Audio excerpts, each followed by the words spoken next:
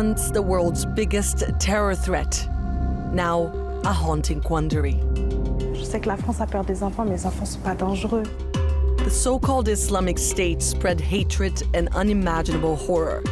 Now what is left of it, including children born to members of the terror group, present the West with the hardest question yet: what to do with them?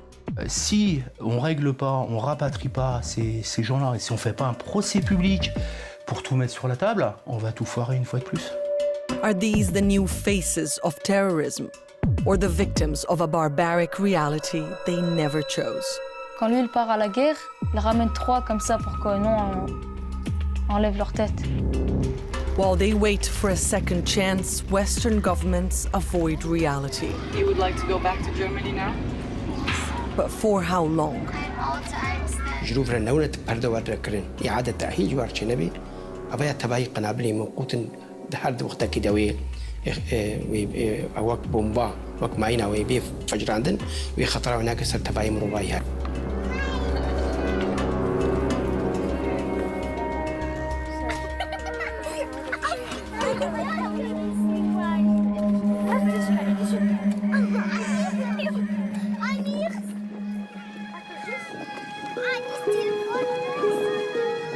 According to the UN Convention on the Rights of the Child, children have the right to life, to a name, to protection, to healthcare and education. But for a particular group of children now stuck in northeastern Syria, those rights seem like a distant reality. After surviving the horrors of war, just staying alive is an everyday battle. These are the children born to one of the most brutal terrorist organizations the world has ever seen. They are what is left of the so-called Islamic State, albeit unintentionally. كم كان عمرك عندما أتيت إلى دباغوس؟ دباغوس؟ نعم. كم 9. هلا عمرك 9 هلا. عندما أتيت عندما كنت صغيرا. على مجال دباغوس؟ نعم. على الدولة؟ نعم. 4. He was 4 years old. He doesn't remember anything from it. Since the fall of Baghouz, ISIS's reign is over, reduced to an empire of wreckage and dust. Muath doesn't claim victory. Nobody here does. They may not understand the rules of the game they were forced to play, but the children know they have lost.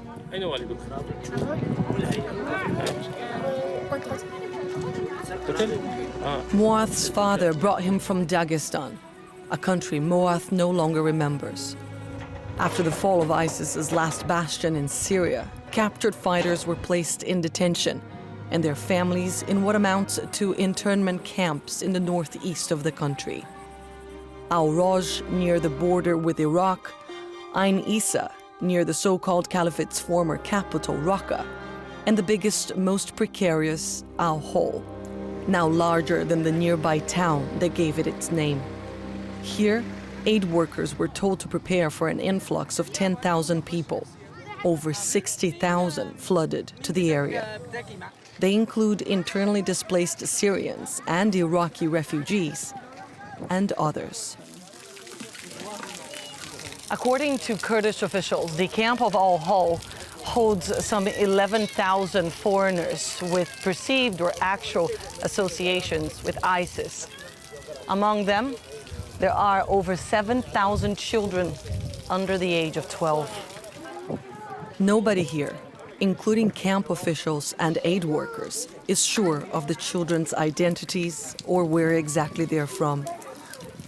Some are either too young or too traumatized to remember. Others don't speak any language understood by local staff. They also don't know what kind of atrocities these children have been exposed to. The only thing everybody here is certain of is that their most basic needs are not being met and that they face serious risks. They are at risk of abuse, they are at risk of exploitation. There is a lot of risks like harassment, sexual exploitation. They could be child marriage, AIDS, which is spreading very widely in the camp. It could be child labor. There is a lot of risks. There's also risk of disease, of definitely falling into septic it's very easy to get sick. There is no very proper health services. It's very complicated situation in the camp. There is thousands of people where there's few clinics with a very limited services. The People's Hospital of Hasaka is where emergency cases from Al Hol are brought for treatment. Sohaib has just undergone surgery, but still needs reconstructive procedures for serious burns that cover his body. A fire in Sohaib's tent killed his mother and 2 brothers and nearly cost him his life. Now the 8-year-old who says he's from Morocco is alone and in shock.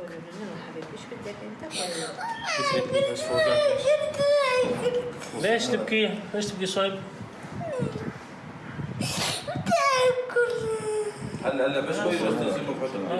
What caused the fire on Sohaib's tent will most likely not be investigated.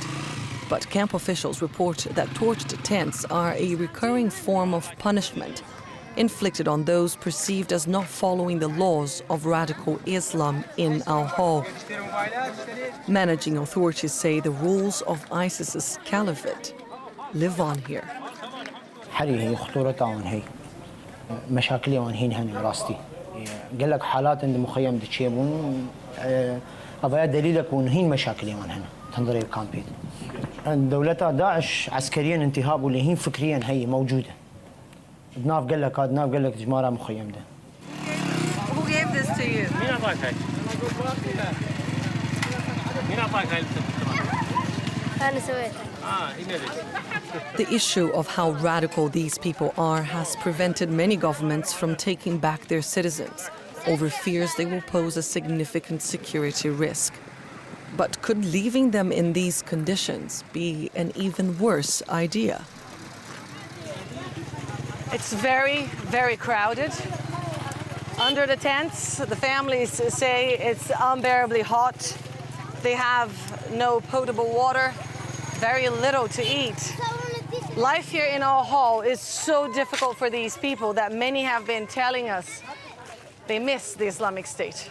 ما بأكل ما بغذاء ما بشيء حرب خضار فواكه لحمة ما في لحمة أطفال يأكل لحمة ليس بطاطا بيض نلقطها هكذا نأكل منها ليس يعني إحنا الأمم المتحدة بالمساجين وين راحت المساجين يعاملونا معاملة مو زينة You would like to go back to Daesh? The children of Al Hol say they miss their old life too. Was he in Raqqa? كنت في رقة؟ إيه؟ How was Raqqa? كيف كان رقة؟ زين الحمد لله.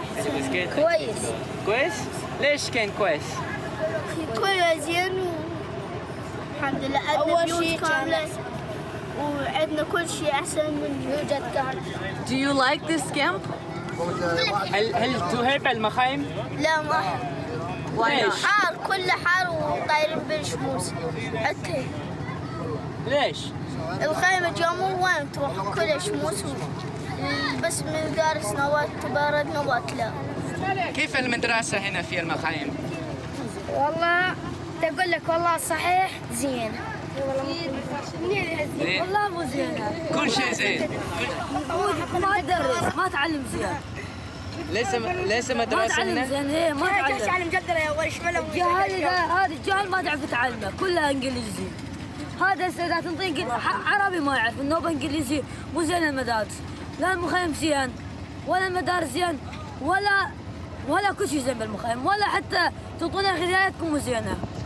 مو جيد المخيم حار وفطس وساجين السجن ونريد نروح للعراق شلون هسه؟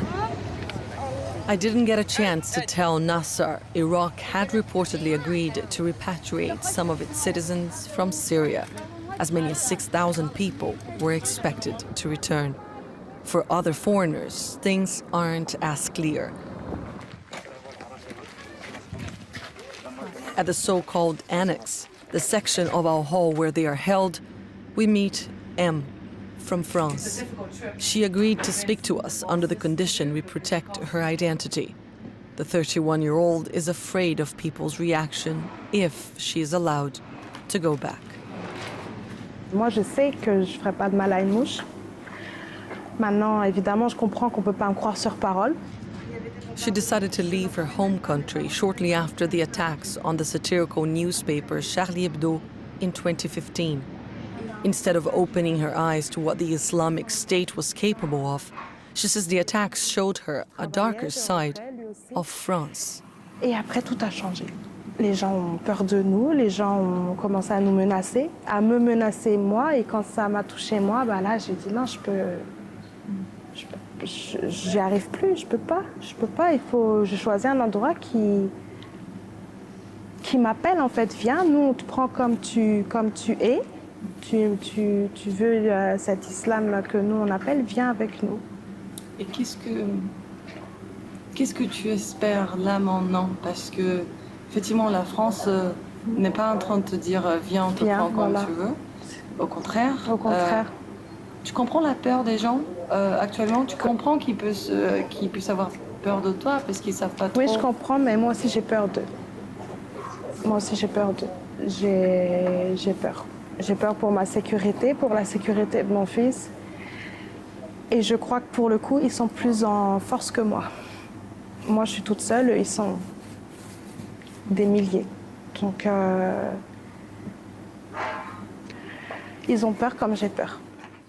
Et on nous dit le contraire, parce que surtout... Back in France, her father is also afraid, which is why we won't disclose his identity. He's afraid and angry. J'apprends un sentiment qui était loin de moi, mais très loin de moi. J'apprends la haine. Je les hais. Ces gens-là, nos gouvernements, je les hais. Voilà. On n'a pas le droit de laisser souffrir des enfants. On n'a pas le droit. The children he refers to include his grandchild, a 6-month-old baby who's stuck in a hole in what he describes as deplorable conditions. Les enfants qui boivent de l'eau croupie, les trucs, qu'ils ont tous la diarrhée, etc., etc., etc. Ils vivent sous 50 degrés. Là, actuellement, on se plaint de la canicule parce qu'il fait 40 degrés en France. Là-bas, ils sont avec des mômes, avec de l'eau rationnée, qui est dégueulasse, qui est etc., tout ce qu'on veut. Il fait 50 degrés. Et on dit rien, et on fait rien. C'est normal. Bon, il faut arrêter. M's father doesn't think she's innocent, but what exactly she is guilty of and what led her to join ISIS are questions that remain unanswered. Ça sort complètement de mon référentiel, ça sort de mon scope, c'est hors périmètre. Je comprends pas ça. Je peux pas comprendre. Si tu la vois aujourd'hui, tu saurais quoi lui dire à elle? À elle? Lui dire, je crois qu'on est au-delà des mots. Ouais, je crois que je la prends dans mes bras et puis on pleure ensemble, quoi.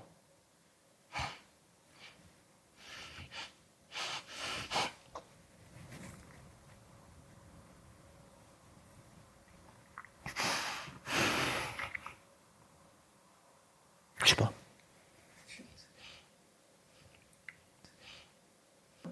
Je sais pas, en fait. Ce moment-là, j'en rêve et j'en ai peur. Donc, parce que... bon, a priori, quand je suis allé au téléphone, etc., j'ai ma fille au téléphone. J'espère que si je la revois un jour devant moi, je n'aurai pas une étrangère. Voilà, c'est... Bon, je ne pense pas. Mais bon, voilà. This man's personal tragedy is the story of a vast number of families across Europe who lost their sons and daughters to a world of radical ideas and brutal acts. As many as 5,000 European nationals are believed to have joined terrorist organizations between 2011 and 2016, according to the EU. And for people in Europe, they should not come back. In polls conducted in countries such as France, 89% of respondents said they feared the return of former fighters. 67% said their children should be left in Syria and Iraq. For this psychiatrist and psychotherapist, the fear is understandable. but counterproductive. So if they have parents that say, these people are bad, we have to kill these people, and so on, they will adapt by that and think about that and speak in that way, in these voices. But when you get them out of that and you bring them in other situations, they will change and they will follow these ideas and talk in other voices. There is no psychological theory that would state that these children, by being in this situation and having seen awful things, will be as adults or as children and as adults become dangerous. This is based on, I don't know what, and on fantasy. Yes, these are phantoms we are creating.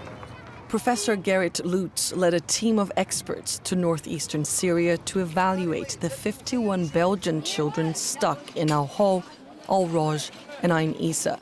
He says he didn't meet dangerous children. He met children. We met children who have been trained, Belgian children, and who were in the fights of ISIS. So I have seen awful things. We have seen how their mothers, their parents were killed. Yeah? So they are back in Belgium now. But they are doing fine. Because, and that's our experience with child soldiers in different countries like Colombia, Uganda, Congo, yes? All these children have been involved in very awful situations and events. So these children, it's not because you have been involved in that you become dangerous. But experts' opinions haven't been enough to change the perception people have of these children. As weeks become months, their reality is reduced to a plot of desert, surrounded by barbed wire fences and armed guards. A picture many would rather not see. Il ne faut pas se fermer les yeux ni se boucher les oreilles. On existe, on est là, et ils ne pourront pas nous effacer. Même si ça les dérange, on existe, on est là. Donc il faut prendre une décision. Quelle qu'elle soit, il faut prendre une décision. Si vous décidez qu'on encourt notre peine ici, il faut le dire et qu'on ait une peine. Là, on n'a pas de peine. Et ça, je ne pense pas que ce soit légal dans les lois internationales. Dans les lois françaises, quelle loi s'applique à nous? After the fog of war, the issue of justice is crucial to building peace. But prosecuting ISIS fighters won't be easy, especially foreigners. At its height, Daesh ruled territory the size of Great Britain and controlled large parts of Iraq and Syria. Over 20,000 foreigners from virtually every country around the world traveled here to fight in the name of the so-called caliphate. Now, many of those fighters are dead. Among those who survived, thousands are in Kurdish prisons all over this area. To address the challenges of investigating and trying ISIS suspects, authorities in the self-administered Kurdish region of Rojava developed their own justice system. Their goal, to establish the truth. لدينا خيارات يعني طالبنا بمحكمة دولية طالبنا وكانت هي رغبتنا الأساسية ولكن قلنا إذا في حال عدم يعني الاتفاق على محكمة دولية كان لنا خيار إنشاء محاكم مشتركة مع التحالف الدولي وقلنا حتى في حال لم يتحقق هذا الخيار أيضا. In improvised courtrooms like this one, 7,000 Syrian men have already been sentenced. Over 6,000 more await trial. When asked if foreigners could be tried here as well, the judge answered that he didn't see why not. The new local judicial codes, he says, are in accordance with international human rights standards. Abdul Karim Omar is the top Kurdish official negotiating the fate of foreign ISIS fighters with their countries of origin. He says foreign governments have shown interest in the Kurds' proposal for an international tribunal, which should be established where the crimes were committed and where the evidence and witnesses are, in Rojava.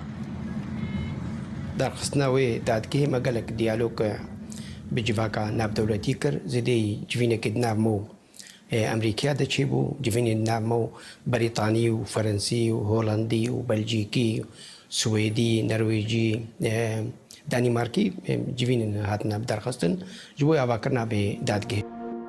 Back in Europe, not everybody agrees that entrusting the Kurds or any other authority or government with such complex cases is the best alternative. On leur fait croire que c'est en étant jugés sur place qu'ils seront le moins dangereux pour les citoyens. C'est le principal argument. En disant, écoutez, ils sont partis là-bas, le problème il est loin. C'est la doctrine française, hein. Garder à distance le plus longtemps possible. Ils resteront pas indéfiniment là-bas, ces Français. On est d'accord. Il va se passer... N'importe quel élément peut faire exploser l'instabilité dans la région, une crise humanitaire sans précédent, une bataille qui arrive et les Kurdes disent, bon, on vous libère. Ils rentreront en France un jour, ces gens-là. Donc c'est ce qu'il faut dire aux citoyens français. Nabil Boudi represents European nationals held in Syria and Iraq for suspected links to ISIS, including Vianney Ouraghi, one of 11 French nationals who Boudi says was unfairly tried in the Iraqi capital Baghdad. Mais c'était un véritable fiasco. Fiasco. C'était un naufrage. Les audiences ont duré 15 minutes. On a condamné à mort des individus en les écoutant 15 minutes. Le magistrat a délibéré en 1 minute. C'est-à-dire, j'ai même pas le temps de finir ma phrase, qui prononçait déjà les peines de mort. At his home, Vianney's father, Jamel Ouraghi, accuses France of organizing his son's controversial transfer from Syria to Iraq. Écoute, les Kurdes, ils nous ont fait partir en Irak, et à la frontière d'Irak, il y avait les Français qui étaient là, on les entendait parler. Ouais, d'accord, ok. In this phone conversation, one of the last Jamel had with his son, Vianney talks about electric shocks and waterboarding as torture techniques used against him, and about being forced to sign a confession he never read. Est-ce que tu as été torturé en Syrie? Oui. Ouais, il a été torturé en Syrie. Là, actuellement, tu es encore torturé ou pas? Non, là, ça a arrêté, mais ça fait pas longtemps que ça a arrêté. Ouais, et ils vous ont fait signer des papiers en arabe? Ouais, t'es obligé de signer, tu fais défoncer, t'as signé les yeux bandés. Voilà, donc tu signes les yeux bandés, ok, d'accord, parce que il paraît que c'est des aveux. Il doit faire une peine, il la fera, c'est normal. Moi, de toute façon, je veux qu'il la fasse, mais au moins ici, on pourra aller le voir et il sera dans de meilleures conditions. Parce que là, s'il prend, comme Macron a dit, il demande la perpétuité, lui, il veut pas la peine de mort. Mais c'est 20 ans. Mais 20 ans en prison irakienne et 20 ans en prison en France, c'est pas du tout la même chose. Qui dit que dans 5 ans, ils seront encore vivants. On peut très bien les laisser mourir de faim. Ah, mais moi, je lui pardonnerai pas, de toute façon. J'ai pas l'intention de lui pardonner. Ça, j'ai sur le cœur, et c'est quand je le refasse. Là, je lui dirai. Là, actuellement, quand je dis au téléphone, je peux pas l'entasser plus. Vu la situation qu'il vit là-bas, je peux pas. Moi, je veux qu'il soit rapatrié, jugé, et fera sa peine. Voilà, moi, c'est tout ce que je demande. Ouraghi's lawyer says in this case, France might have violated principles of European law as well as European jurisprudence. Si la présence française est documentée, est avérée dans le cas du transfert, la France sera condamnée par les juridictions internationales et européennes, puisque la France est signataire de certaines conventions, notamment prohibant la peine de mort dans le cadre du Conseil de l'Europe, ce qui signifie que la France n'a pas le droit de transférer ses ressortissants vers un pays où l'on pratique la torture, où l'on condamne à la peine de mort. Meanwhile, Vianney Ouraghi's 3-year-old son is thought to be somewhere in our hall. The last picture Jamel received of his grandchild shows a smiley, emaciated boy. Like hundreds I saw in the camps, trapped as their childhoods waste away. Very few are lucky to foresee a way out. Et là, ta maman, elle essaye de te ramener, c'est ça? Elle a dit qu'elle va essayer et tout. Guillaume, not his real name, was taken from Paris by his father 4 years ago. Il nous a dit quand, dans les vacances, il a dit qu'on part au Turc, 6 jours, 4 jours comme ça, on revient. La nuit, notre père nous a dit faites vos affaires et tout. Et on a marché dans la voiture 3 jours, 4 jours comme ça. Juste ça marche, dans la voiture. On change. On a changé 3 voitures comme ça. Jusqu'à ce qu'on parte. Guillaume's father was killed in the fighting. His 2 brothers died in an airstrike. Alone, he was hustled from place to place, and at the age of 12, ended up in 4 Syrian prisons. Et après ça, chez Daddy, là-bas 2 jours. Après Hasaka, ils m'ont dit c'est la dernière prison. Demain, tu pars en France. Et demain, je suis venue ici. Et là, ça fait combien de temps? 1 an et 5 mois. Guillaume was then transferred to the Hori Center, a juvenile detention camp turned rehabilitation facility in 2017. Over 500 children have gone through its de-radicalization programs. Today, the nearly 100 left include Russians, Finns, a 17-year-old from Trinidad, and Guillaume, who says he misses McDonald's, Disneyland, and his mother. The director of the center, who lost a brother to ISIS and now works to give the so-called cubs of the caliphate a new beginning, says these children deserve better. والله از وقت به اجویدری از دبیجمش هر دولت کی گو اف کسی هانا کیجی يعني تترس زارو كانينا وانه اف زارو قوت خوشي كديده جيبانا وك اوروبا وانا كي خوشي كديده بانا جيكي وجهه بهته حالو وي پیشکتن کوي چې وارجي چې يعني وقت به کارن استفاده جواب کن مستقبل د جکی گلک جوانا کین هات پرسه جواب کې بس خوازم بما تختو خوازم بما مهندس وک مشتر دا خو یاکرن يعني وتشنا مازن جوادر كبن يعني. Exactly what kind of risk these children pose is something governments continue to grapple with. Victims and heirs of the so-called Islamic State, they now embody a dilemma for authorities that have yet to come up with policy to address their status. Under the current circumstances, Guillaume and everybody else here have a hard time dreaming about the future. Une fois que tu rentres en France et que tu retrouves ta maman et que tu retrouves tes amis, ta famille, qu'est-ce que tu aimerais faire? Travailler. T'es un peu jeune pour travailler, non? Je sais pas. Tu voulais aller à l'école, peut-être? Ou l'école? Oui, ça c'est l'école, c'est obligé. C'est ça, c'est l'école. Après, quand tu finis l'école, tu as 18 ans. Là-bas, après, ils te demandent laquelle métier tu veux travailler. Après, ils t'apprennent. Là-bas, à l'école. Les gens m'ont dit comme ça. Moi, je suis France? Oui. Moi, je n'ai pas fait. Je sais pas, c'est les gens qui m'ont dit. Et là-bas, je demande à ma mère qu'est-ce que je travaille. Moi, je sais pas. It's a tall order, defining what peace will be made of now that the war is over. Left in a whirlwind of fear and resentment, Guillaume and the other children of ISIS might not be able to claim a role for themselves in the future of Europe. Victims of our fear, they are now stuck between a world of unimaginable horrors and ours.